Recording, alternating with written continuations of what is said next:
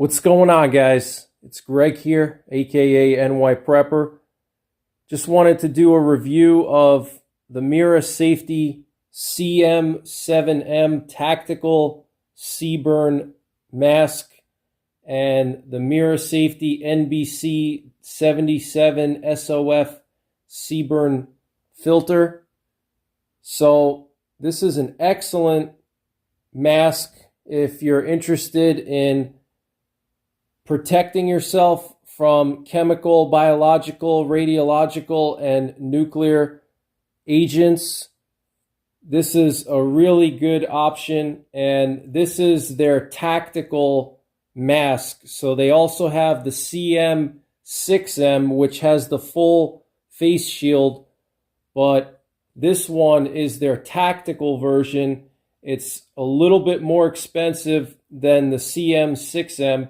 But if you're a prepper, I think this is the mask for you.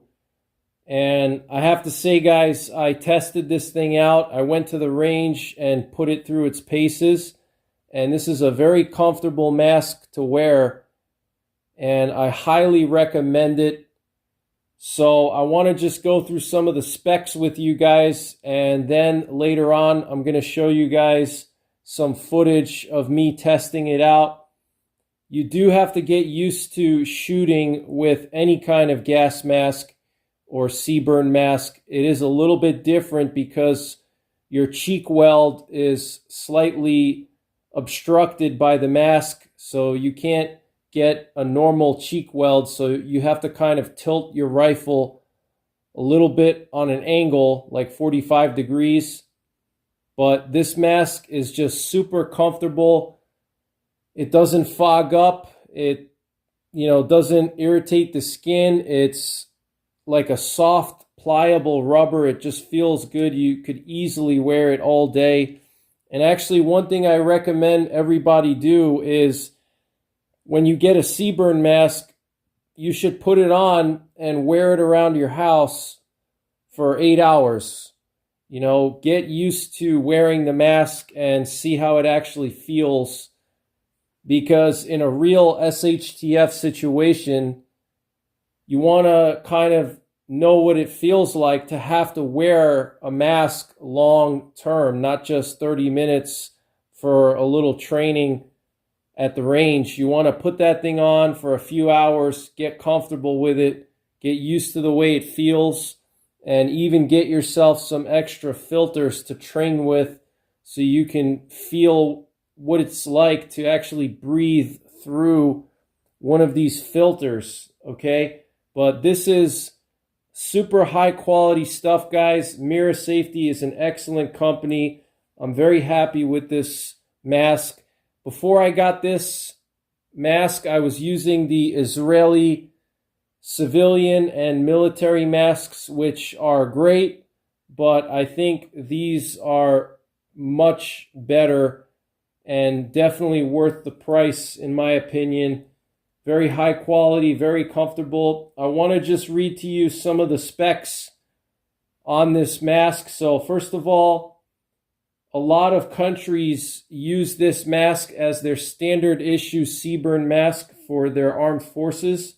So the U.S. Department of Defense, the Czech Republic, Ministry of Defense, the Turkmenistan Ministry of Interior, Turkey, Ministry of Interior, South Africa, Ministry of Interior, Romania, Ministry of Defense, Portugal, Ministry of Interior, Lithuania, Ministry of Interior, Latvia, Ministry of Interior, and Ukraine, Ministry of Defense. So a lot of European companies use this mask as their standard issue mask for Seaburn. It has a 1-year factory warranty. And what's nice about this mask is you can put 2 filters on it. It has ports on either side, so you can put 2 filters. Okay, and the reason why you would want to use 2 filters is to make it easier to breathe so you get more airflow. So if you're engaged in more physical activity, the 2 filters make it easier to get more airflow. It has a low breathing resistance. It's easy to don and doff. And that's one thing that I immediately noticed when I first put this mask on is that it is just super easy to put on. It doesn't hurt. It's not, awkward. It fits like a glove. It fits like a good broken in baseball glove. It's just very comfortable. It's compatible with optical devices such as night vision goggles.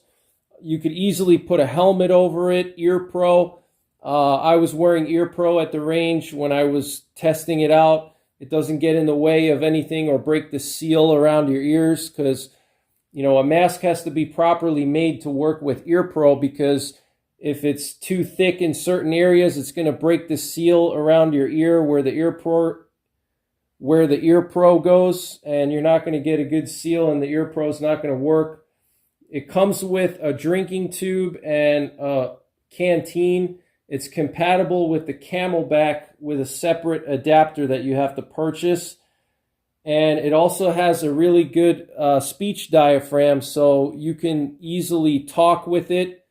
And you don't have to shout through the mask. You can just speak like normal tone, and it's very easy to hear yourself and for other people to hear you. And you'll see later on in the video when I talk with the mask on, you can easily hear me.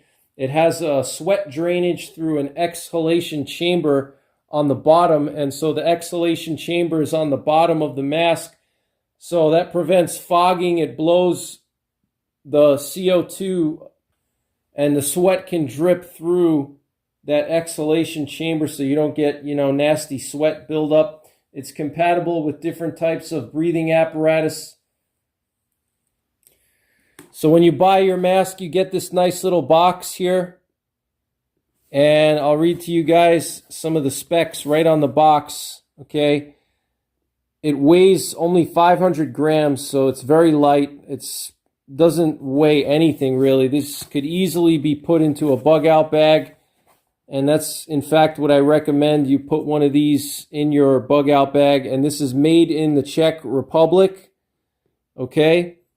And they have 3 sizes, small, medium, and large.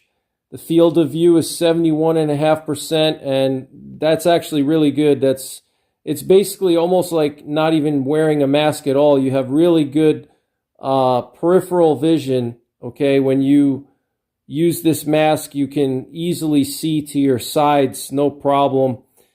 And the rubber is like a special type of rubber. It's very soft. It's hypoallergenic. It's very comfortable. And they guarantee this mask to work in temperatures from minus 30 Celsius to plus 70 Celsius. The CM-7M mask is suitable for use in military special operations, police and rescue squads, industry, civil defense, and other sectors. And this does meet the Class 3 NATO standard, which is the highest standard for NATO CBRN masks, okay? They have Class 1, 2, and 3, and Class 3 is the highest rating for a CBRN mask, okay? So, comes in this nice little box here. So, I'm just going to open up the box, and even though I already opened it up, I want to just kind of do like a unboxing to show you what you get and what it looks like. Okay, so here's the mask itself, and if it's a little bit dirty, that's because I actually used it, and I was sweating with it, and I didn't get a chance to clean it yet. But this rubber is super soft and comfortable. It doesn't really rub on your skin or cause any kind of friction or anything. It's very comfortable. And what I like about the straps here is that they're very soft straps. So they're easy to put on. It's not like on the Israeli masks, you have that rubber here, which is just kind of a pain to get over the back of your head. So very easy to don and doff. And you have a drinking tube built into this, okay? And just very wide field of view with this mask, guys. As you can see, there's no obstructions here on the side. And you have your diaphragm here. Okay, this is what's going to amplify your speech so you can talk normally and people can hear you, which is critical for tactical situations. And also the way that this is designed, you can see it's like pretty flat here on the side, so that allows you to use helmets, ear pro, and it helps with cheek weld. Okay, when you bring your rifle up, you know, it helps you get a good cheek weld. Okay, so you got the 2 ports here for your filters, and they use standard NATO 40mm filters, and this is your exhalation chamber on the bottom. So when you breathe, your breath comes out through this little port here, and you'll actually feel your breath hitting your neck. If you're wearing like a t-shirt, you'll feel it hitting your neck. You'll feel like the breath coming out, you know, through here. And this does drain the sweat out and the vapors. I didn't have any issues with fogging as long as I had this thing properly adjusted. If you have it properly adjusted, it will not fog. It should not fog.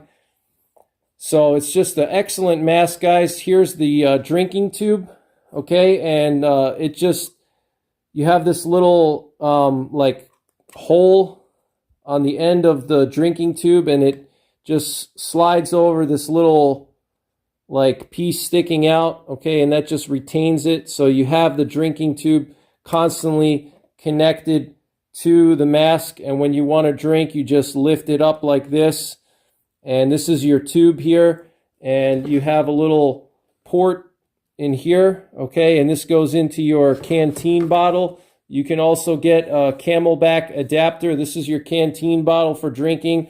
The way it works is you have to hold it upside down, and then you suck through this suction port, okay? So you're actually going to suck on that, and you hold the canteen upside down. It'll draw the water out, and you just have to make sure you unlock the port here. There's a lock here, okay? So when it's down, it's locked. When it's turned, it's open, okay? And one thing about this water bottle is you have to make sure you put it in with a lot of force. You have to stick this nipple into the bottle like pretty solidly. So you have to have a good grip on the bottle, and you have to really apply a lot of force to get it to snap in, and you'll feel it snap in.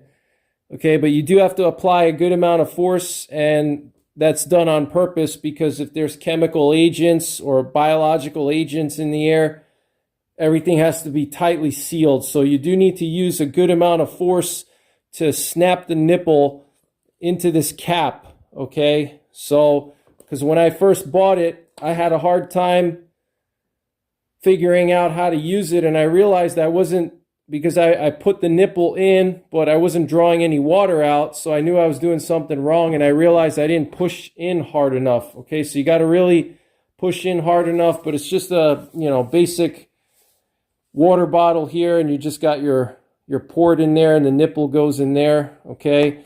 So just an awesome mask, guys. I absolutely love it. I highly recommend it. And when it comes to using a mask, there's a couple of things that you need to be aware of.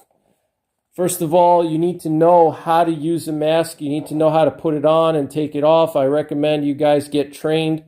If you know you don't know how to use one of these, training is highly recommended.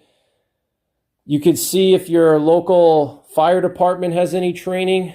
I actually was a volunteer fireman for a very short time, and I did go through fireman training, and I learned how to use masks.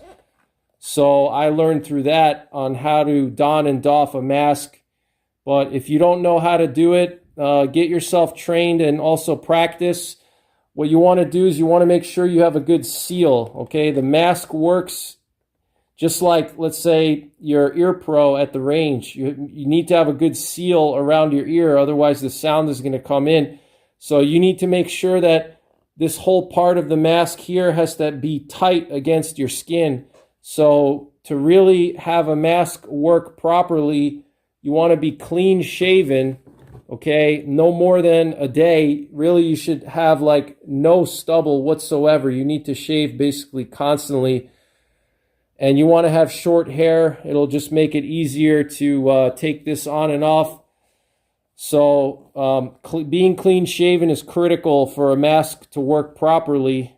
And the way you can tell if you have a good seal is you just put the mask on, you tighten the straps down, and once you think you have it tightened pretty good, you take your hand and you just cover one of the ports. Okay, here we have one of the ports for the filter, and you just cover that with your hand, and then you suck in like you're gonna draw air in, and you'll feel the suction against your face because you're holding your hand over the port, so your mask is going to suck to your face, and then you'll be able to feel where the leaks are. If you're not getting a good seal, you'll feel the air getting through in certain spots, so then you know that you have to readjust your mask or tighten one of the straps. The way that I was taught to use a mask is that you pre-adjust the top strap, and you never touch the top strap.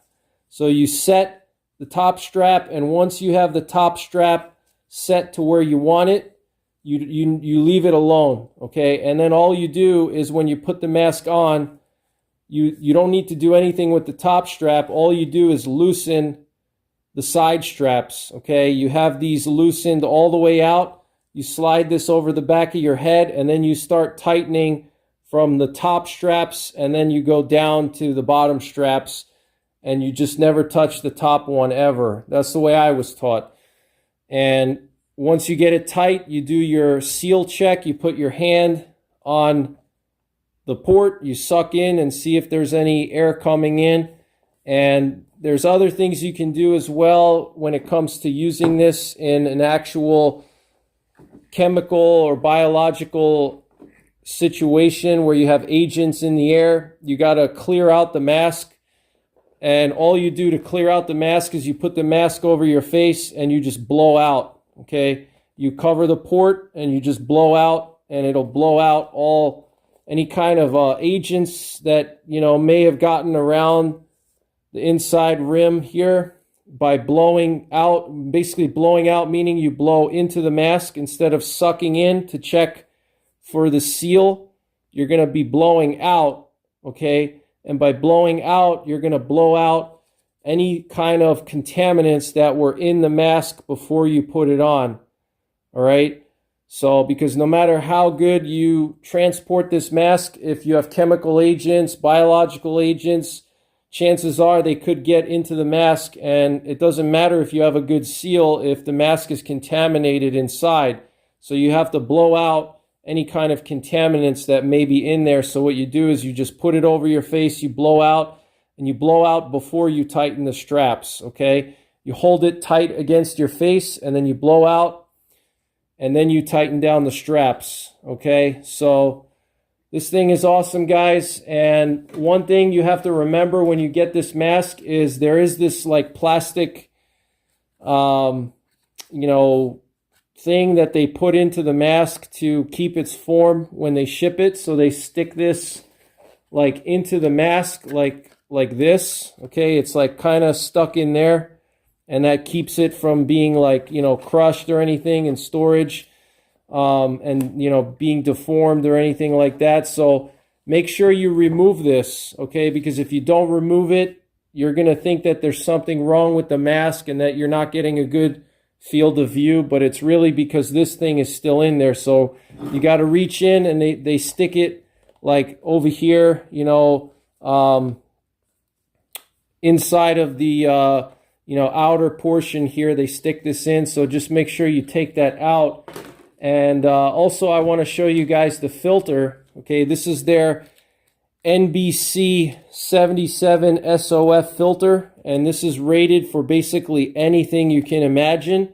It is a little bit pricey, but it has a very long shelf life, okay? It has a 20-year shelf life, so, this is excellent. If you're a prepper and you're preparing for SHTF, you can stockpile a couple of these, throw them in your long-term storage bins, keep it in a relatively climate controlled area, and you're going to have filters for, nuclear war or chemical weapons being used, biological weapons. This to me is mandatory. If you live in an urban area, you should have a mask like this. You should know how to use it. You should practice putting it on and taking it off, but you need to practice with your mask, putting it on, getting it on quickly.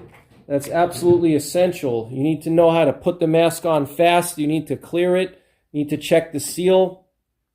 And that's something you have to practice. But this filter is good for basically everything. Radioactive iodine, dust, solid particles, liquid aerosols, sarin gas, all the nerve agents, mercury vapors, ammonia, acids, gases, inorganic and organic gases, just everything you can imagine, bacteria, rickets, fungi, toxins, riot control agents, vomiting agents, blister agents, choking agents, blood agents, nerve agents, incapacitants, herbicides, pesticides. Man, the list is just endless. Benzene, toluene, chemical combustion gases, just, everything you could imagine. You can go on their website if you want to read the full list, but I guarantee you're going to be protected with this. And what's nice about these filters is they're actually pretty resistant to temperature extremes.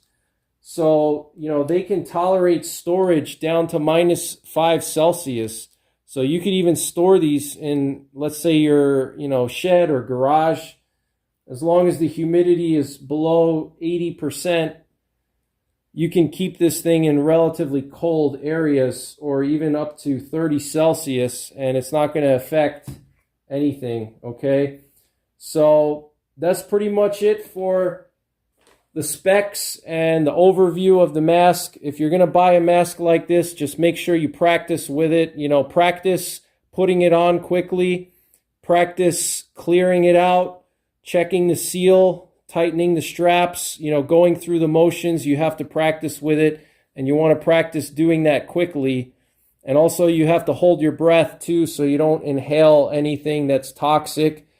So, practice, guys, and, try to get some training if you can.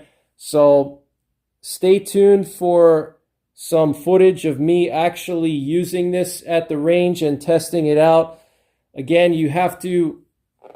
when you use this, you have to tilt your rifle just a little bit to get a good cheek weld, all right, because there is some thickness here, and you're not going to be able to get a normal cheek weld, like you normally would without it. So you just have to put it on and practice with it, but definitely get one of these, guys.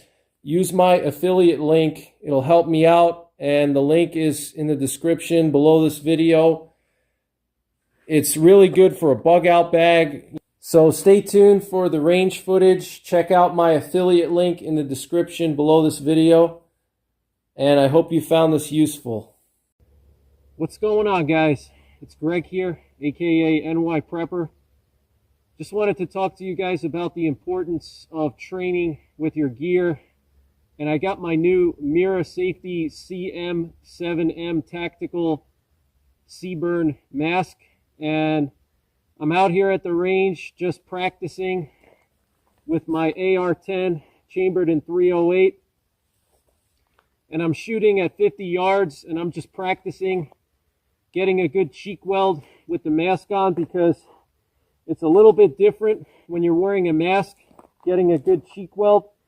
I have to actually tilt my rifle like 45 degrees to get a good cheek weld. To use my reflex sight or even my scope, I have to tilt it like a good angle. So get out there and practice. If you have a gas mask and it's just sitting somewhere in a closet and you've never actually put it on, you've never actually fit it to your face, and more importantly, you've never actually shot your rifle with it on, make sure you go out to the range and practice, guys, because when SHTF comes, that's not going to be the time to figure out that your mask doesn't fit well or that you can't get a good cheek weld with it, okay? Make sure you train with your gear. Okay, so I got a target set up at 50 yards, and I'm going to practice, and I'm going to be doing some shooting from the standing position with my mask on, using both my scope and my reflex sight, and I'm going to see what kind of groups I can get.